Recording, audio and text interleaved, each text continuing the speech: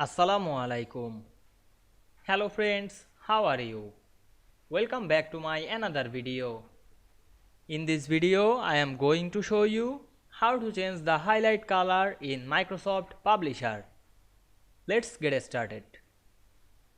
Firstly, we have to open a Publisher document with some text and highlighted text.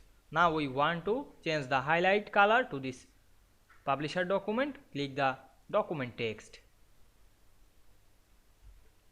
Then click the text box, then go to the format menu, then click the send backward.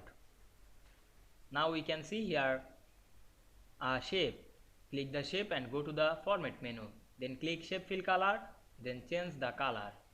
Now I select the red color, then click the shape and click send backward, then click send to back. Now we can see we change the highlight color to this publisher document very easily. We use the shape, here not available the highlight option. I hope you enjoyed the video. Please like, comment, share and subscribe my channel. Thanks for watching.